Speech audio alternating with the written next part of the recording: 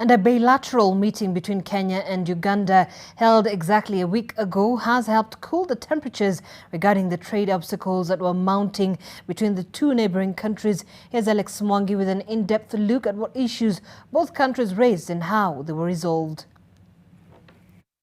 The bilateral meeting was held on 12th April 2021 at the Ministry of Foreign Affairs in Uganda. Uganda's delegation was led by Grace Adong, the acting permanent secretary in the Ministry of Trade, Industry and Cooperatives, while Kenya's delegation was led by Industrialization, Trade and Enterprise Development Cabinet Secretary Betty Maina. During the 7-day visit by the Kenyan delegation to Uganda, a Kenya sugar verification mission was conducted from 11th to 17th April. Its mission was, among other things, to confirm that Uganda's sugar exports into Kenya are wholly obtained from Ugandan factories. Uganda raised the following issues at the bilateral meeting: Kenya's March 5th ban of maize imports citing high aflatoxin levels without sharing test results as is the international practice. Kenya's continued ban of Uganda's milk exports from December 2019. Kenya's restriction of Uganda's sugar exports despite the March 2019 Joint Ministerial Commission decision that Uganda would export up to 90,000 metric tons of sugar annually to Kenya. Kenya's ban of Uganda's exports of poultry products effective 4th January 2021. Kenya's imposition of a 35% excise duty on LPG cylinders manufactured in Uganda in contravention of Article 15 of the Customs Union Protocol. Kenya, on the other hand, raised the following issues at the meeting: Uganda's imposition of 13% excise duty on Kenyan manufactured juices, malted beers and spirits, and Uganda's imposition of 20% excise duty on Kenyan furniture, both in contravention of Article 15 of the Customs Union Protocol.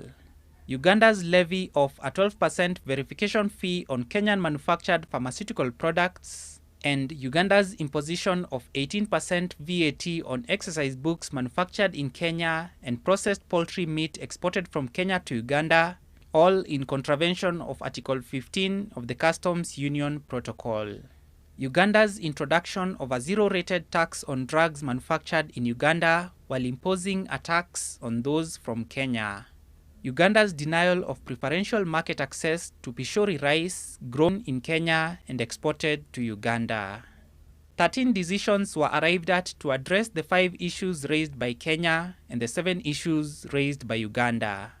Among the remedial actions agreed upon are that on the matter of Kenya's restrictive measures on Uganda's maize exports, both countries will ensure that any new measures will be communicated formally before enforcement for ease of compliance and will mutually recognize testing and conformity results by each other's competent authorities. The issue of Kenya's restriction on Uganda's milk exports is still on ice, with another verification mission to be undertaken within a period of 2 months as the December 2019 verification mission failed. On Kenya's restriction of Uganda's sugar exports, Uganda shall be allowed to export 90,000 metric tons to Kenya per annum, with the sugar wholly originating from Uganda. Uganda, on her part, will amend the laws which have led to its imposition of 13% excise duty on Kenyan manufactured juices, malted beers and spirits, imposition of 20% excise duty on Kenyan manufactured furniture, and imposition of a 12% verification fee on Kenyan manufactured pharmaceutical products.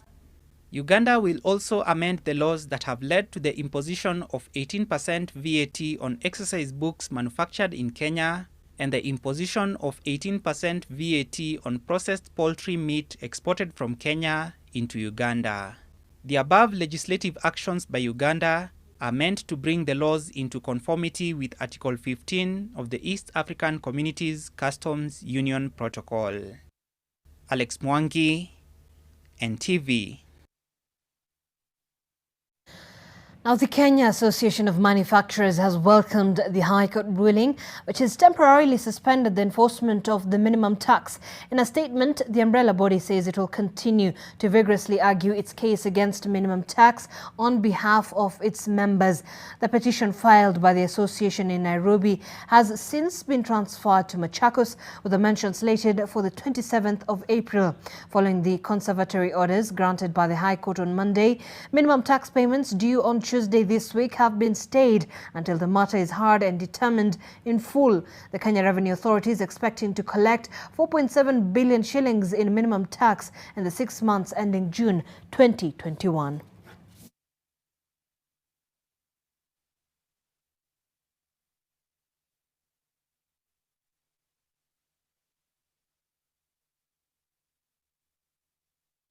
And wage disparity and unfair compensation for labour between men and women took centre stage in Monday's interview for the position of Chief Justice, in which Justice Ndumanderi was appearing before the Judicial Service Commission. The Justice for the Employment and Labour Relations Court says that women are significantly disadvantaged in Kenya owing to wage disparity between them and men, something he seeks to remedy. According to the National Bureau of Statistics, the nominal wage bill for private and public sectors rose from 2.1 trillion shillings in 2018 to 2.3 trillion shillings in 2019. It is a fact all over the world that women are paid much less than their male counterparts for various reasons. And the key issue is the fact that they take time to go and give birth. They need days maternity leave out there.